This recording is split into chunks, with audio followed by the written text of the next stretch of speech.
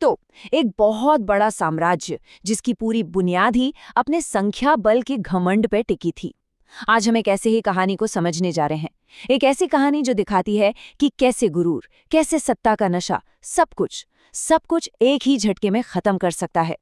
तो चलिए चूहों के इस अभिमानी साम्राज्य की कहानी में उतरते हैं। कहानी की शुरुआत होती है इसी एक लाइन से। सोचिए जरा, ये सिर्फ एक कानून नहीं है, नहीं, ये तो कालू महाराज के अहंकार की, उसके पूरे साम्राज्य की सोच की झलक है। एक ऐसी दुनिया जहां बाहर से आने वाली हर चीज को सिर्फ और सिर्फ एक खतरे की तरह देखा जाता है। तो सबसे पहले बात करते हैं चूहों के इस अभिमानी साम्राज्य की। देखते हैं कि आखिर ये शासन चलता कैसे था और इनकी ताकत की असल वजह क्या थी।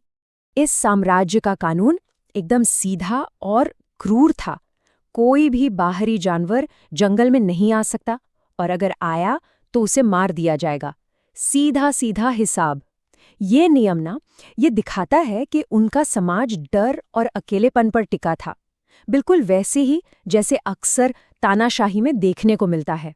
और पता है, जो उनकी सबसे बड़ी ताकत थी, वही उनकी सबसे बड़ी कमजोरी भी निकली। उन्हें क्या लगता था कि हम इतने सारे हैं, हमें कोई हरा ही नहीं सकता। बस यही घमंड उनके अंत की शुरुआत थी, क्योंकि उन्होंने अकल और रणनीति को तो बिल्कुल ही नजरअंदाज कर दिया था। चलिए अब कहानी के दूसरे हिस्से में चलते हैं, एक जन्मदिन की साजिश। यहाँ कहानी एक बहुत ही दिलचस्प मोड़ लेती है। एक मासूम सा जन्मदिन का तोहफा एक बहुत बड़े धोखे और टकराव की वजह बनने वाला था। तो कहानी का सेंटर पॉइंट क्या है? एक बहुत ही मामूली सी उलझन। राजकुमारी चांदनी का जन्मदिन है और उसके लिए एक तोहफा ढूंढना है, बस इतनी सी बात। लेकिन इसी छोटी सी बात से धोखे और लालच का एक ऐसा जाल बुना जाता है जो आगे चलकर सब कुछ बदल देता है। अब देखिए कुसुम की योजना, ये हमें धोखेबाजी की सोच को दिखाती है। वो अपनी ही सहेली को चूहों के हवाले करने को तैयार है, और क्यों? सिर्फ एक वक्त के खाने के लालच में। कमाल है, ये दिखाता है कि कैसे छोटे छोटे स्वार्थ कितने बड़े विश्वासघात की वजह बन जाते हैं। अब आता है कहानी का तीसरा हिस्सा, धोखा और कैद। और यही हम देखेंगे कि कैसे साजिश करने वालों का प्लान उन्हीं पर उल्टा पड़ जाता है। आखिर कर्मों का फल तो मिलता ही है ना? तो हुआ वही जिसका अंदाजा था। चूहों का साम्राज्य अपने नियमों पर बिल्कुल कायम रहा। जैसे ही दोनों लोमड़ियां जंगल में घुसी, उन्हें फौरन पकड़ लिया गया। भाई, उनका वो घमंडी सिस्टम किसी भी बाहरी को कैसे बर्दाश्त कर सकता था। और यहाँ कालू महाराज बुरी तरह फंस जाता है। वो कुसुम को पहचानता तो है, लेकिन अपनी कुर्सी, अपनी झूठी इज्जत बचाने का डर भी है। अब ये उसके कैरेक्टर का असली टेस्ट था। वो सच का साथ देगा या अपनी ताकत को बचाएगा। और वो चिंता है ताकत। सबके सामने कुसुम को पहचानने से इनकार कर देता है। कालू यहाँ सिर्फ दोगलापन नहीं दिखाता, बल्कि धोखे की उस चेन को और आगे बढ़ा देता है। मतलब एक धोखेबाज दूसरे धोखेबाज का शिकार, और नतीजा दोनों जेल में।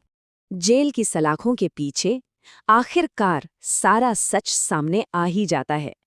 कुसुम मान लेती है कि हाँ, उसने खाने के लिए चांदनी को धोखा दिया, और तभी उसे ये भी समझ आता है कि कालू ने अपनी ताकत बचाने के लिए उसे धोखा दिया। धोखे का ये पूरा चक्कर अब टूटने वाला था। अब कहानी अपने चौथे पड़ाव पर पहुंचती है। एक शक्तिशाली गठबंधन। अपनी बेटी के पकड़े जाने से परेशान लोमड़ी रानी को एक बात तो समझ आ जाती है कि चूहों के इस घमंड को तोड़ने के लिए उसे एक ऐसी ताकत चाहिए जो उनसे कहीं कहीं ज्यादा बड़ी हो। और जैसे ही ये खबर रानी तक पहुंचती है, पूरा खेल ही बदल जाता है। रानी मदद के लिए सीधे जाती है जंगल के राजा शेर खान के पास। अब ये लड़ाई सिर्फ चूहों और लोमड़ियों की नहीं रही, अब ये टक्कर है घमंड और असली ताकत के बीच। यहाँ पर ना दो अलग अलग रणनीतियों की टक्कर देखने को मिलती है। एक तरफ हैं चूहे, जिनकी सारी रणनीति है अपनी गिनती पर, अपनी संख्या पर, और दूसरी तरफ है शेर खान, जो जानता है कि असली ताकत गिनती में नहीं, दिमाग में होती है। तो वो सीधी लड़ाई नहीं, बल्कि साइकोलॉजिकल वॉरफेयर का रास्ता अपनाता है। शेर खान का प्लान लड़ने का है ही नहीं, उसका प्लान है डराने का। वो ये बात अच्छी तरह जानता है कि अगर तुम गिनती में नहीं जीत सकते तो उनके आत्मविश्वास पर वार करो, और वो चूहों के सबसे बड़े डर का इस्तेमाल करता है, एक अनजानी चीज का डर। तो अब आते हैं कहानी के क्लाइमैक्स पर, कहानी का सार। चलिए देखते हैं कि कैसे अक्ल ने घमंड को हराया और इस कहानी से हमें आखिरी सबक क्या मिलता है। घनी रात का अंधेरा, और इसी अंधेरे में शेर खां का प्लान काम करना शुरू करता है।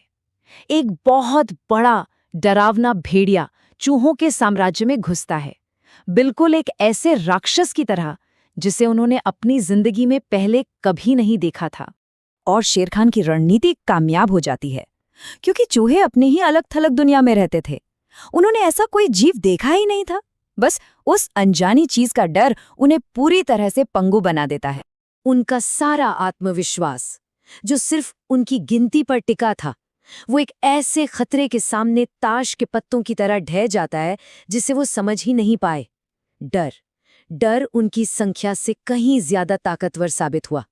और कहानी के आखिर में सबका हिसाब होता है। राजकुमारी चांदनी तो आजाद हो जाती है, चूहों का घमंडी साम्राज्य बिखर जाता है, और धोखेबाज कुसुम, उसे अपने विश्वासघात की सजा मिलती है, उसे राज्य से निकाल दिया जाता है। तो आखिर में ये कहानी हमें सिखाती क्या है? कुछ बहुत जरूरी बातें। पहली, कि घमंड हमेशा इंसान को नीचे गिराता है। दूसरी, बिना रणनीति के सिर्फ गिनती किसी काम की नहीं होती। और सबसे जरूरी सबक ये है कि असली ताकत तो अकल और हिम्मत में होती है, ना कि जुल्म या धोखेबाजी में। और ये कहानी हमें एक आखिरी सवाल के साथ छोड़ जाती है। इस पूरी कहानी में असली ताकत क्या थी? चूहों की गिनती, कुसुम का धोखा, या फिर शेर खान की रणनीति? इस पर जरूर सोचिएगा।